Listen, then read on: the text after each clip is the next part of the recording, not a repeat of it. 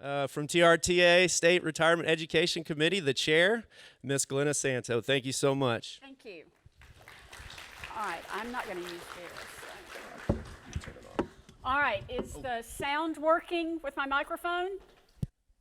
Everybody hear me? All right, thank you so much for giving me the opportunity to come today because my passion truly is retirement education. Before we get started, though, I just have a few kind of housekeeping details. On your chairs, besides the beautiful hard hats that you have, there are some brochures. And so I want to make sure you understand how important these are. You do have this little business card that's a magnet that you can put on your refrigerator if you'd like. But there are 3 brochures provided by TRTA. And the brochures have a lot of good information in them. There's one on your money, there's one on thinking about retirement, and then there's one actually on TRTA and membership itself. Now, some of the information in the your money and the thinking about retirement has changed since these were printed. So if you find a mistake or you find something that's been changed, don't get upset. I'm just letting you know that times change and they don't print them as fast as I would like. However, you also have a handout, and the handout is based on the presentation, and you will see there are some fill in the blanks, and I'm going to make you work for it tonight. So as we start, everything that needs to be filled in will be underlined in red. And this is your sheet back and front that really is most important for taking with you the information that you need to have. Attached to it is an evaluation sheet. And the evaluation sheet is just to help us improve our presentations.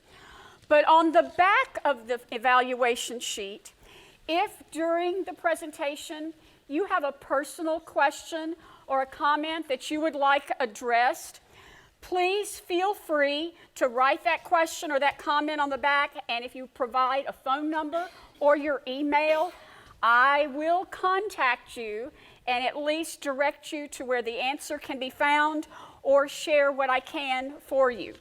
So at the end of the presentation, tear this part off, and there will be the blue baskets at the door that you can put your evaluation sheet in. All right? Any questions about our forms or the handout or the process? Okay. I am a teacher, a retired teacher from a public school system, but I am still a teacher. I am not a financial advisor. So what you're going to hear is not based on, a business or me trying to sell you something. I am providing you with the most information I can in the least amount of time that will help you make the best decisions to build for your future. I've retired twice from TRS, once in 1979 and again in 2002.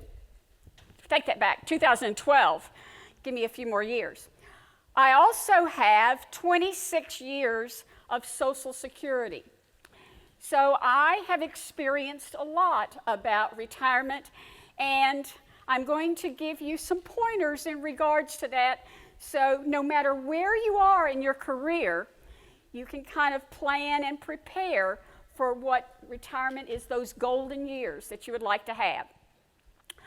All right, so I'm hoping all of you out here participate in TRS, except the spouses who have accompanied those that are participants, correct? Okay, you are responsible for understanding and safeguarding these benefits and the insurance that we get from TRS. It is your responsibility and your legacy.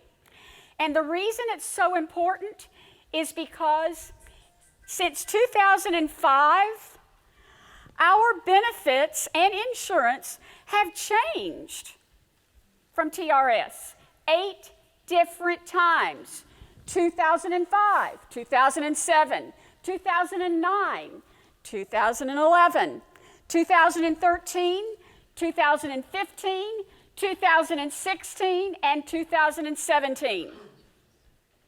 These changes are happening, and we're just kind of sitting back and letting them happen.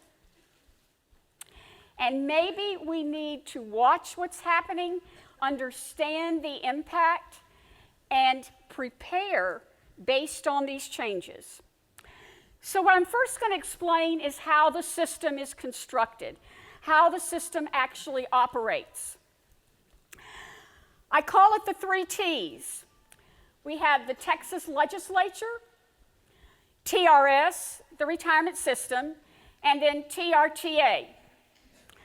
So these are the 3 entities that play the role in your future retirement. So let's look at the first one, the Texas legislature.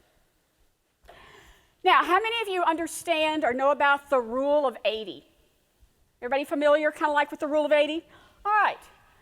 Well, I bet you don't understand, though, about the rule by 183. Ever heard of that? Well, it's very important that you know about the rule of 183.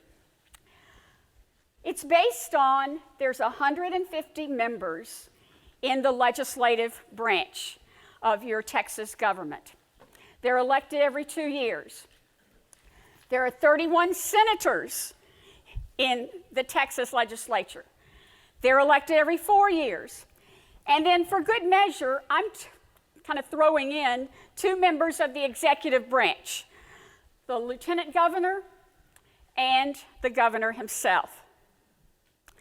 Add those up. That's the 183 individuals that determine your future. And out of those 183, how many of you think were teachers? 0. Not very many. And so these are the people that are determining how you're going to live your golden years. And you need to understand that and recognize that. All right, so let's take a few minutes and talk about the next part of our system, the teacher retirement system itself, TRS. All right, TRS was established by the legislature and is controlled by the legislature. In 1995, the Texas legislature decided that they did not want TRS to be an advocate for their members. You know what an advocate is? Somebody who looks after you, who tries to make the decisions that will best help you in your future. Well, the Texas legislature took that role away from TRS. They are just a state agency that is told what to do by the legislature.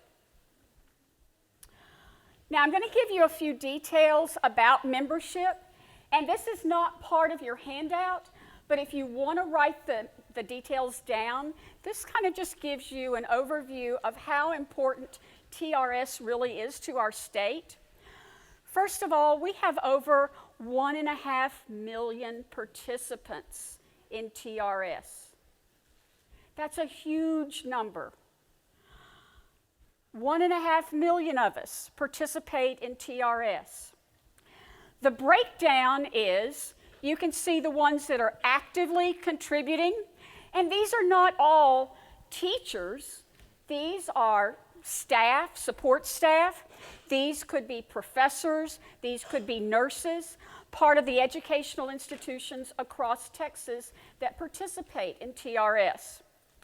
And then notice there's a couple of about 298 that are inactive.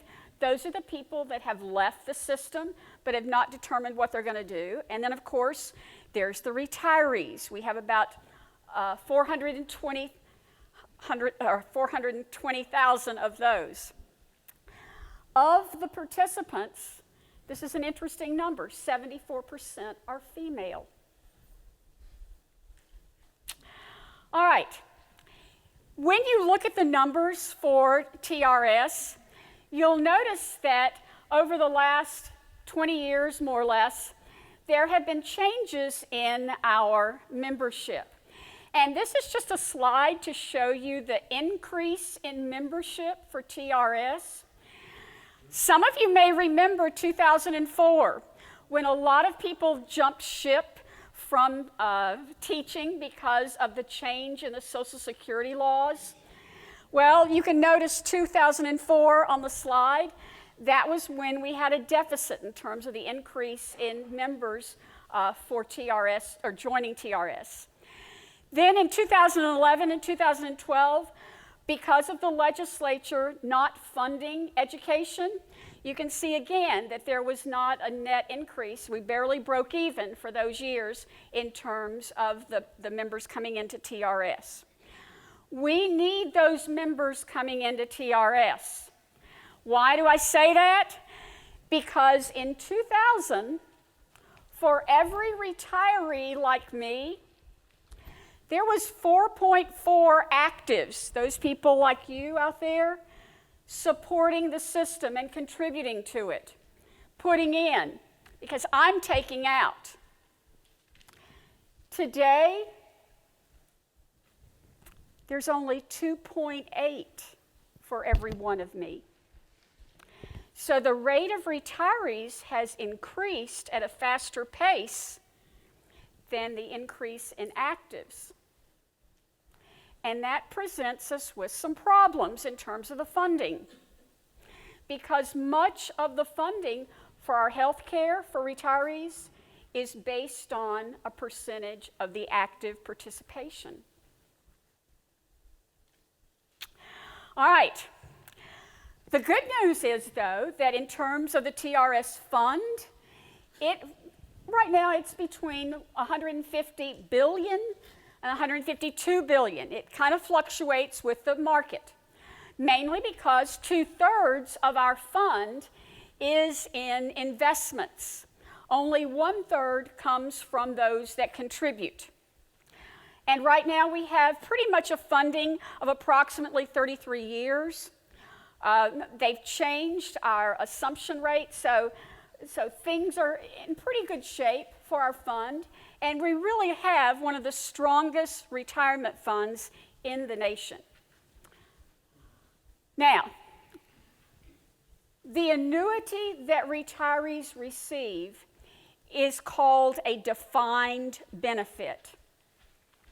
A defined benefit is based on the salaries that you make and the number of years that you have worked.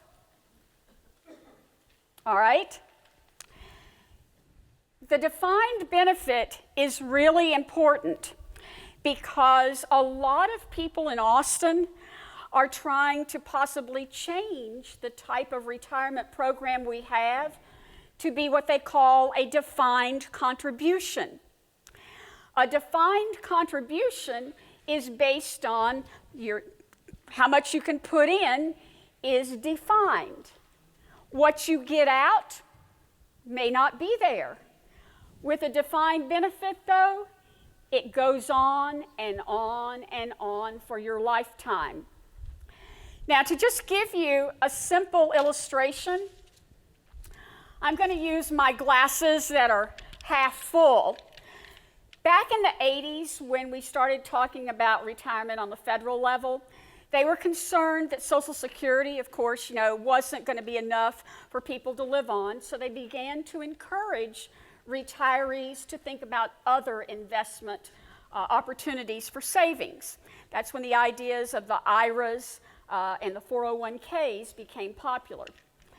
So I've got a cup here that's TRS, and it's half full, and this represents the TRS annuity. Social Security is also a defined benefit, and it's the same way. It's half full, but as you think about your retirement planning, you might, if you are a TRS annuitant, you might want to consider investing in a 403B, because that can give you some additional money. Or you might have some personal IRAs. That these are defined contributions that you can kind of top off your glass with. Same thing, if you were a Social Security participant, you've got IRAs, that you individual retirement accounts, and you've got the 401ks. The only problem is that most of your defined contributions are in money market, or at least in the stock market. And what happens? When the market's good, they go up. But when the market goes down,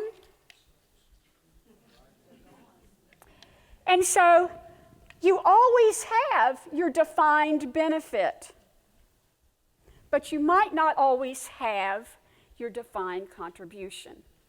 So that's why it's so important to recognize that TRS is a defined benefit, and we need to protect it. All right. Besides the annuity, that is the retirement income that you're going to receive, TRS also administers health insurance. They have a health plan for actives. Some of you may be participating in that. TRS Active Care. They also have TRS Care for the retirees. TRS Care, though, is one of those benefits that there is no continuing obligation for the legislature to fund. Now, if you're actively teaching, thank goodness we do still have the Affordable Care Act, which requires your employer to provide you with health insurance. But once you're retired, if you're in the TRS program, there is no continuing obligation for the legislature to fund your health care.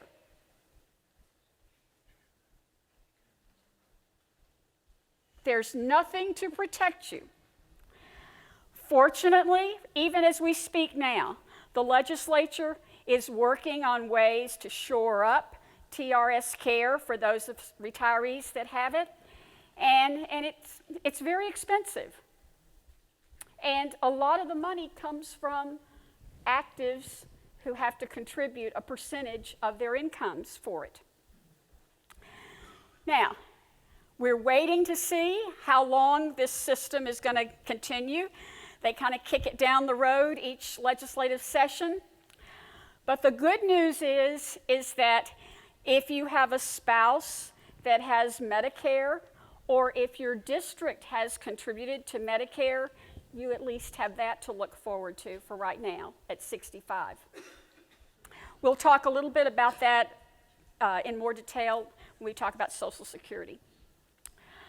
All right, the last player in the three T's is TRTA, the Texas Retired Teachers Association. It is the only organization in Austin that focuses strictly on retirement issues.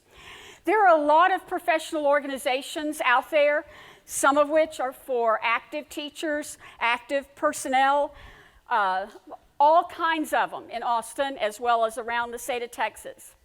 But there's only one that's laser focused on retirees of TRS. Now, I mentioned earlier what happened in 1995. When TRS gave up the advocacy role, it was TRTA that stepped in and has been that advocate. They're working right now on the Hill, on Capitol Hill in Austin, trying to make sure that the legislature funds not only public education issues for actives, but for the retirees. One of our missions is then to collaborate with school districts like we're doing now, so that we can share as much information with all the actives as well as retired public school employees. All right, so let's now talk about the features and benefits of retirement and health care. How many of you have your benefits guidebook or handbook that came out January 2018? Can I, hands? How many have it at home? Oh, wow. I should have asked you to stand, I guess. All right. If you haven't looked at your TRS handbook, you're making a big mistake because this is what guides you based on the changes that are happening with TRS. Now, I've been doing this for a while, but you can see back when I retired, this was 2011, this was my handbook when I retired. This is the way it looked. All right?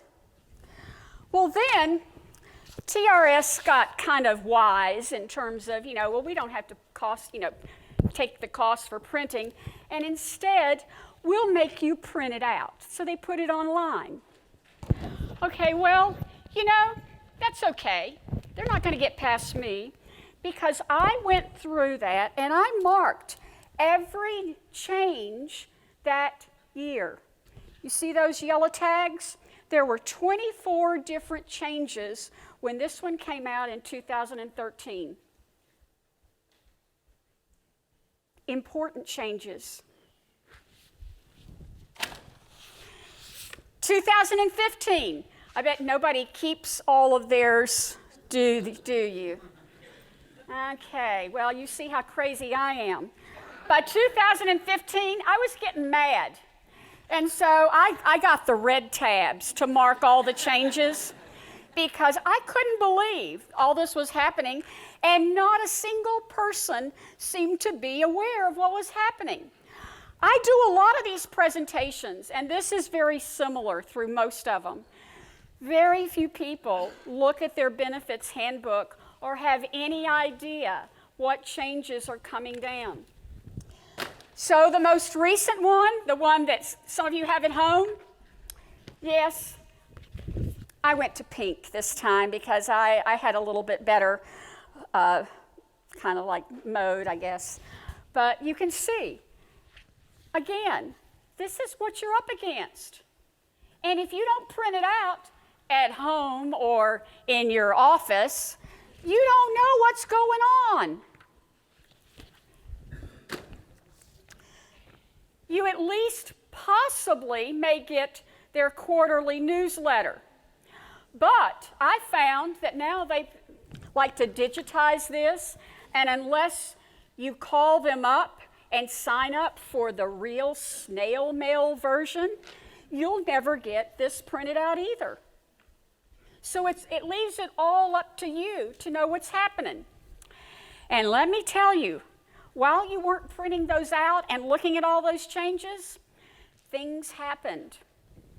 September 1st, 2014, the world really changed.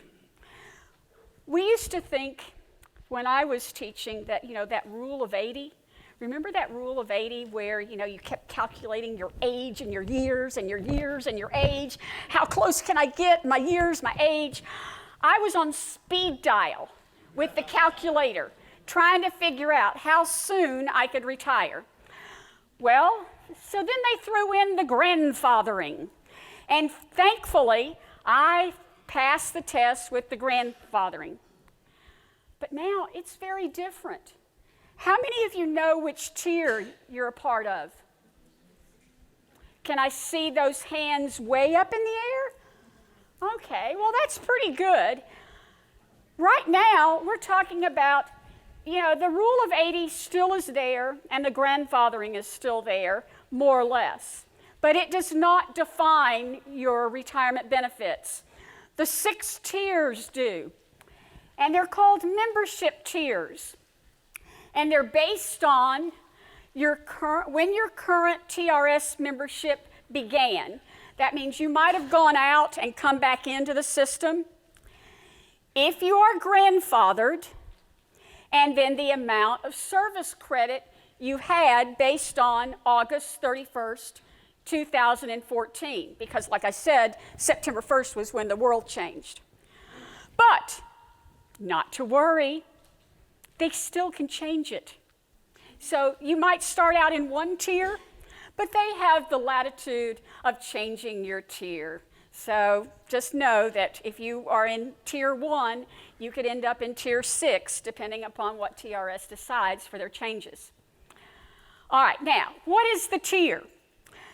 In that wonderful benefits booklet, there's this map, the tier map, the placement map. And it looks something like this. It's color-coded for the 6 different tiers. And so you can kind of look at the detail and figure out based on the tier that you're assigned, and you find that on your account record that you get, once a year. They send you kind of like your status report, what you've got. Well, that will show you what your tier is. Well, for the most part, when I'm explaining tiers, I see the eyes glaze over and people are looking at the map and they're like, oh, I can't figure out, what is going on? But I came up with a way to show you what really is going on based on this tier map. First off, it used to be, back in the old days when we had the rule of 80, as soon as you could reach that rule of 80, you could retire. Not anymore. Now what you have, there are still 2 tiers, tier 1 and 2, that have no age restriction. But if you're in tiers 3, 4, or 5, and 6, you can see there are age restrictions, meaning that, yes, you can reach the rule of 80, but if you haven't reached age 60, if you're in tiers 3 and 4, or age 62 in tiers 5 and 6, you got to keep on working. So, it is extremely important that you know what your tier is so you can plan and prepare and decide when it is you want to think about retiring. Now, the other thing that happened as well, remember I mentioned grandfathering. Well, grandfathering is something that, I was just pleased that I was grandfathered. But when you look at it, it's based on whether they're using your top 3 salaries or your top 5 salaries based on the calculation for your retirement. And so I'll try to do this. I have a gimpy hand, but I'll try to do it with this hand. It doesn't take a math genius to figure out what grandfathering did to us. If you take 1, 2, 3, 4, 5, okay? Say those are your top 5 salaries. Well, if you take your top 3, 1, 2, 3, what's the average of those 3? 4,000, right? That's good. But if you have to take your top 5, I'm not going to lower my fingers, but I'm going to point to this one. It's now 3,000. That's a 20% difference in the calculation. That's the impact that grandfathering has on you if you fall into one of the tiers where it takes your top 5. To give you an idea what this did in the last couple of years, these graphs are from the annual financial report that TRS produces each year, and they have a page on membership. I know you might not like graphs, but the idea here is that in all of TRS, among all of us that are retired, our average age is about 60 years old. The newbies that are retiring, the ones that are just now retiring, Their average age is 62.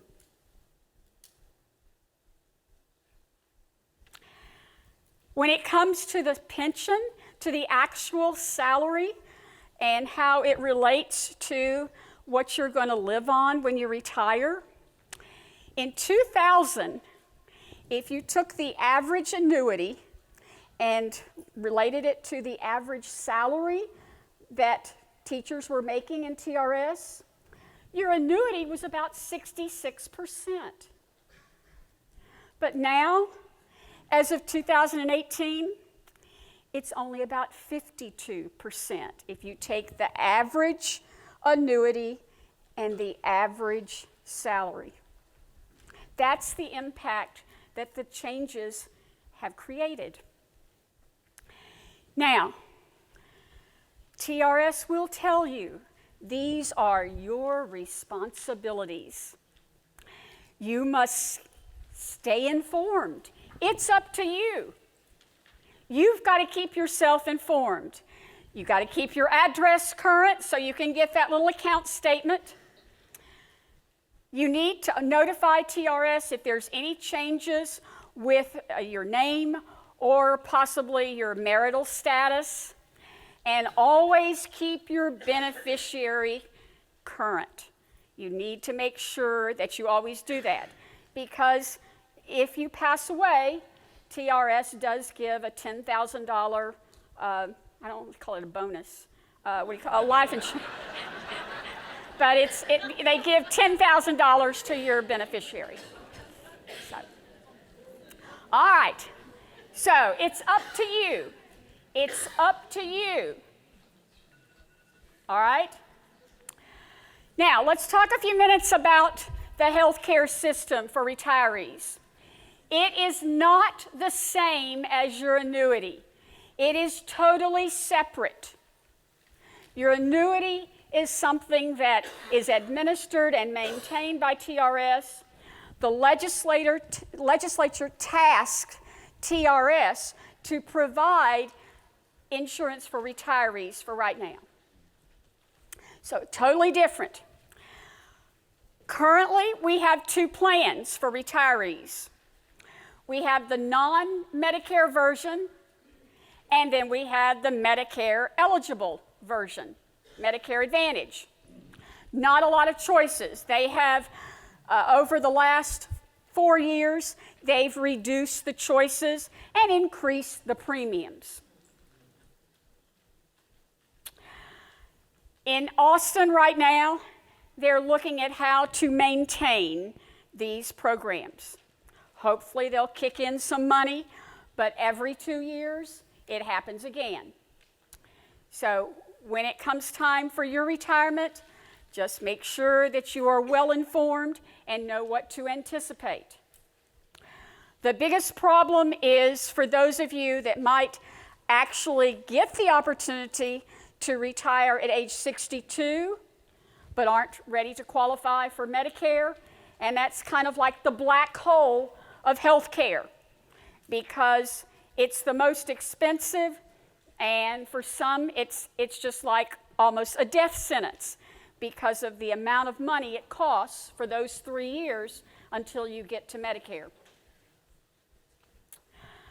If you have any questions about your benefits or your insurance or anything regarding TRS, you need to call them or even make an appointment to go to Austin.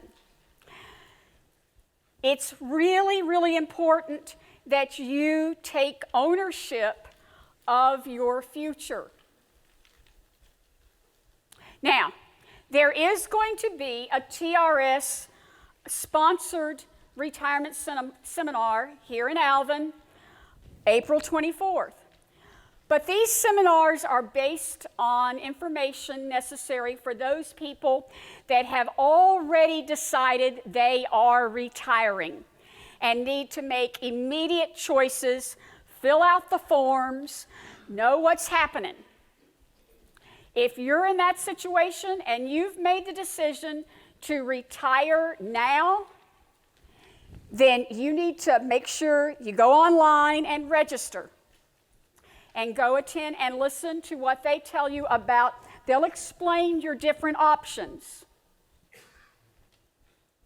The rest of you, I hope you go home tonight and print out your benefits guide.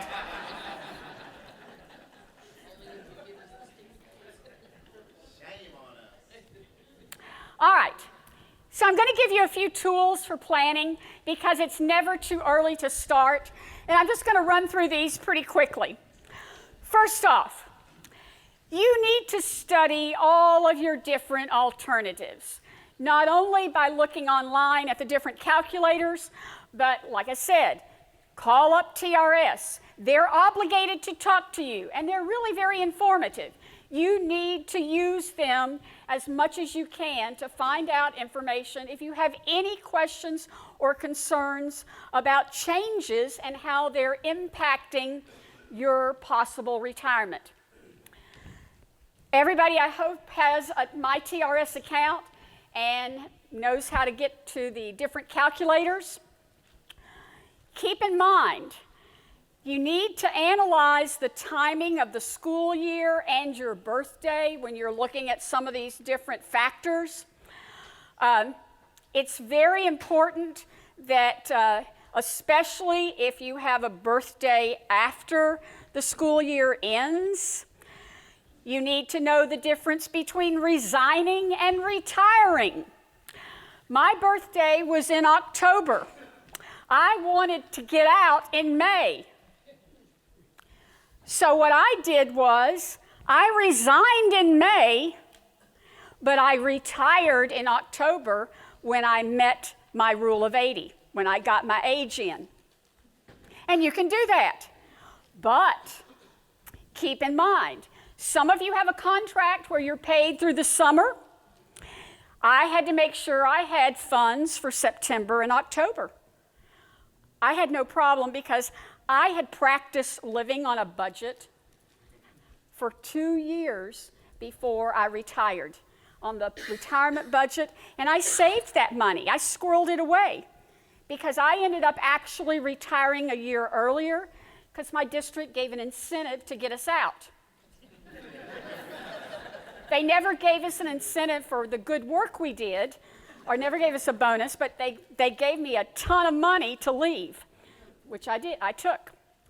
All right, if your districts have unpaid or unused paid leave policies, you need to check those out. Sometimes those can be lucrative. Some districts don't have them. Also, when you're planning your retirement, you need to understand the different pay cycles. It may be different in different districts as to when you get the paycheck and how you've got your expenses kind of like set up. I know I was an economics teacher and I stressed budgets. You really need to understand what it's like to live on a budget, and if you need to get more money, then you reduce those expenses, all right? That's what you learn to do. You need to downsize. Also, you need to be aware of what your tax bracket is and how to use the tax bracket to your benefit based on kind of laying out when you take money out of your different accounts. And finally, don't hesitate to actually seek advice from a real professional in the financial industry, your accountant or a financial planner. They can sometimes give you ideas about your investments that would be very helpful in terms of what you're doing with not only your annuity, but also your other 401. You can have a 407B, I guess it is. All right, one thing I will point out, and this is a caveat. I have heard horror stories from teachers who, when they retired, they took money out of their TRS account to pay off their bills. Their financial planner looked at their account and said, "Oh, well, gosh, you got hundreds of thousands of dollars here. You can afford to take a few out." And they did. But if you reduce your TRS account, what that does is that the calculation for your lifetime annuity is altered for your lifetime. So just remember that. If we ever get a cost of living adjustment, it will be based on what your annuity is, how it's been calculated. And so you want to maintain as healthy of a TRS account as possible. And if you need money, borrow it or reduce your expenses and live on less. Okay, let's talk finally about Social Security. Your TRS is considered a government pension. Social Security is a government pension. In the 1980s, at the end of the Reagan years, they changed the laws so that if you had two government pensions, you couldn't get both of them in their entirety. So what that did was, we first have what's called the Windfall Elimination Provision, the WEP. This is for people who have worked outside of public education and earned their own Social Security. Okay? On your handout, I have the website where you can go and print out the explanation from the IRS about how the WEP is calculated, but it's based on substantial earnings. That means is just because you might have had a summer job where you made a couple thousand, it might not have qualified you as substantial earnings for that year. But those substantial earnings are real important in the calculation of how much you're going to be penalized. So you need to make sure that if you've worked outside of public education and you have any Social Security, that you study this and figure out what your exposure is. Now, to make it even better, we've got the GPO, the Government Pension Offset. And this is based on your spouse's Social Security. If you were with that spouse for at least 10 years. Yeah, you have 10 years is kind of like you got to make it through 10. All right. Unfortunately, there is also another little explanation here. And one of the brochures that TRTA, that's in your packet, they kind of more or less give you the formula of how it's calculated. But just to give you an idea, if your spouse was getting a whole, you would get a half. But then they take whatever your TRS is, and they take 2/3 of your TRS, and they subtract the half from the 2/3, or they put the 2/3 on top of the half. One way or the other, you're not going to get very much, if anything at all. So if you have a spouse who is earning Social Security, you really need to think about the implications of what's going to happen. The only good thing is that if your spouse has Social Security, you will automatically get Medicare if you didn't get it through your school district. Most school districts now offer or contribute to Medicare. So those are the two websites. They're on your handout. This is very, very important in planning your future as a couple and how you're going to maximize your retirement benefits. So keep that in mind and make sure that you watch. Yes, there are efforts in Congress at the federal level, as well as the Texas legislature, to change the WEP and to change the GPO. I would love to think that it would happen, but the odds are probably slim to none. All right, so what can you do now? Stay informed. You must stay informed about TRS changes. Absolutely. Just a hint. At the end of this year, either December 31st, 2019 or January 1st of 2020, TRS is going to put online another benefits guidebook because they produce one every 2 years after the legislature has made their changes and they've incorporated them. How many of you are going to print out your 2020 benefits guide? Ah, very good, yes. Okay. Now, the other thing that you can do is to vote to make sure your defined benefits are not taken away. They look at that $150 billion that's sitting over there in the TRS fund, and eyes just roll. They think, how can we use that money? Well, if we change it so it's defined contributions, oh, they won't ever know, but you will. You won't have it for your lifetime.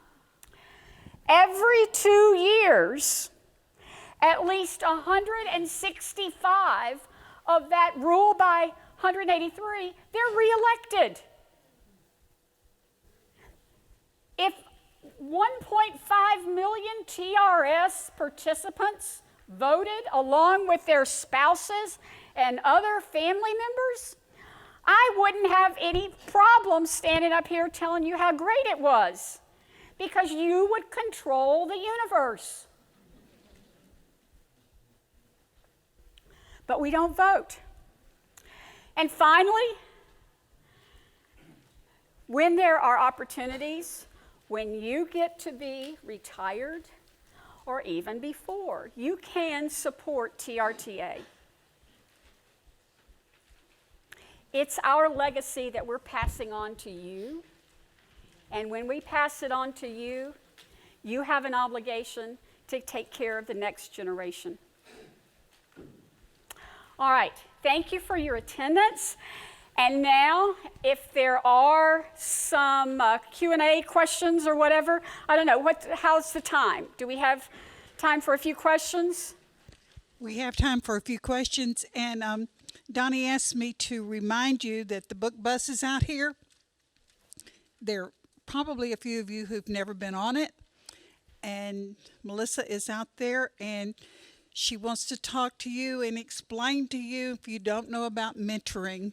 So the YET program, that's the thing. So if you have questions, we'll bring the mic to you.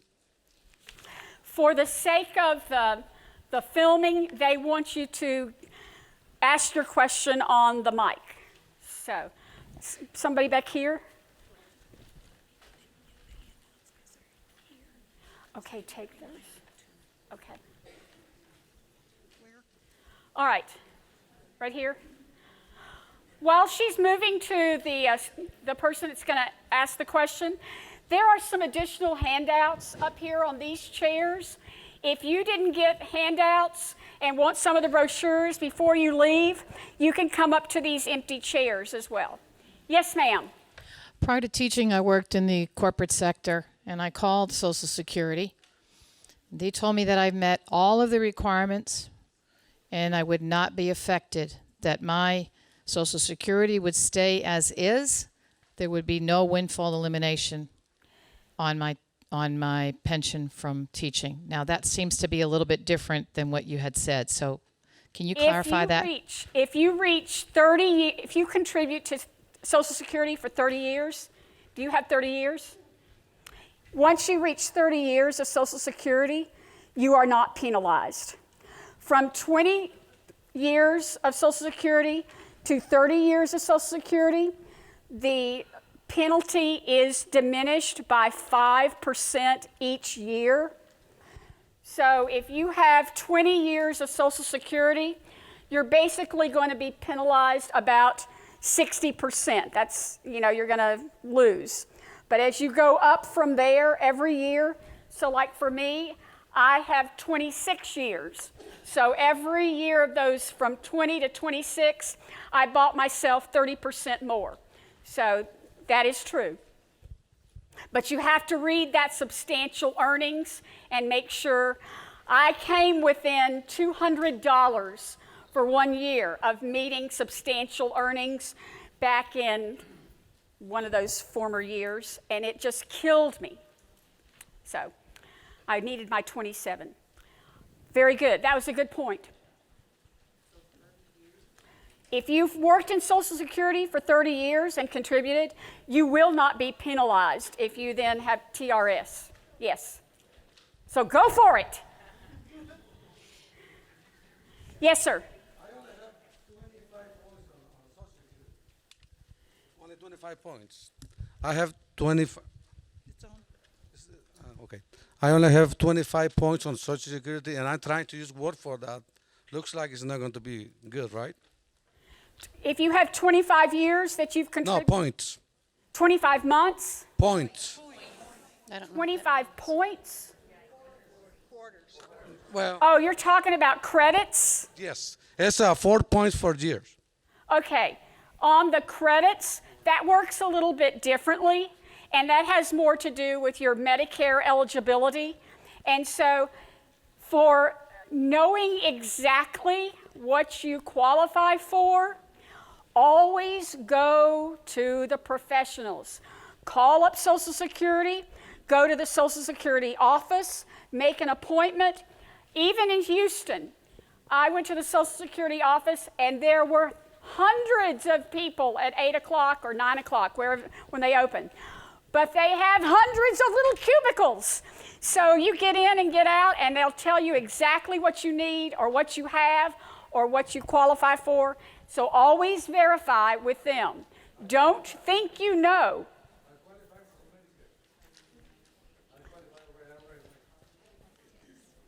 Yes, ma'am. So I want to be sure I understand this. If at some point I retire and I have a defined benefits retirement, Yes. the next year the legislature can throw that out. I no longer have a guarantee of what I'm retired on. No. Your defined benefits are your annuity. Your defined benefits last for your entire lifetime, and they are set. You may never get an increase, but they are set and they will go through your lifetime. Your health care is what may change or may be non-existent, and that is separate. In your handout, it says that is separate. So you may start out as a retiree I started out as a retiree in 2012, and I had health care with no premium and a high deductible. I don't have that anymore. Okay, so you're not saying the legislature is threatening to take us from a defined benefit to a defined contribution plan? For those of us that are in the system receiving our defined benefit right now, that is correct. Okay. But for those of you that have yet to take that defined benefit step, they are looking at changes. So if they say they're changing it, will we have time to go ahead and retire so we can hit it Let's hope before? so. Let's hope so. But it would be best that you make sure that if somebody in Austin is thinking of doing that, you don't re-elect them. What you have to understand, in the United States, defined benefits were supposed to be something that everybody had, either through a government pension that was federally supported or a state pension that was, that was supported. I mean, defined benefits are the basis for your retirement planning. You must have a defined benefit component. Then you can add your defined contributions. But what the state of Texas was saying Well, we'll get rid of the defined benefit, and you're left with nothing down here, and you have totally just the defined contribution. And that is not good.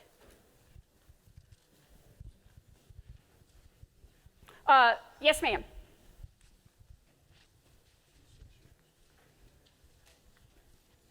All right. We'll take her question and then one more. If you are age 65 and you're still teaching, are you eligible then for Medicare? To take the Medicare rather yeah. than your Oh, insurance yeah. As through soon the as school you- district? As soon as you become eligible for Medicare, sign up. It's great. I love Medicare. I love Medicare. Medicare is wonderful. Yes, ma'am. Okay, so I thought of two things while I was waiting. So one, how can we find out what representatives do and do not support the defined benefit so we can try to vote them out?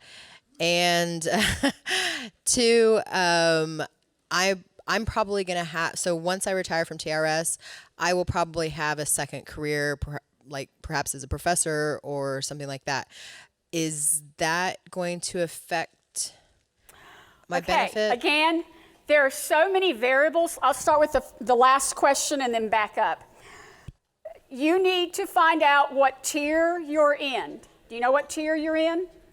Okay, that makes a big difference, because if you think that you're going to retire at 62 or at 60 or maybe at 50, it may be different based on your tier.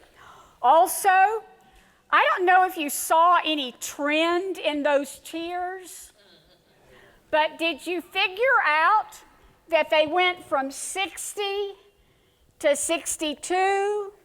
And then there's probably going to be tiers 7 and 8 instituted with the age restriction at 65. So you first need to find out your tier and figure out what that's going to be to determine what your, if you're going to feel like working after you retire, okay?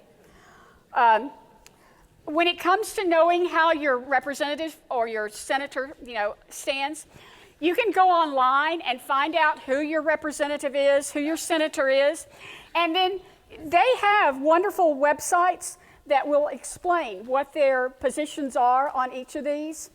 And if they don't explain it in their website or in their position papers, then you email them, you call them, you ask them, do you support the defined benefit? And if not, I'm not going to support you. You have to be proactive. They're not going to come and look for you yet. All right. That finishes up the questions for right now. If you have something that you would like answered, as I said, here are the blue baskets. Please put your evaluations in the blue baskets as you leave. And like I said, I will respond with answers or directions, at least, as where to go. Thank you again, and good luck. Retirement is wonderful.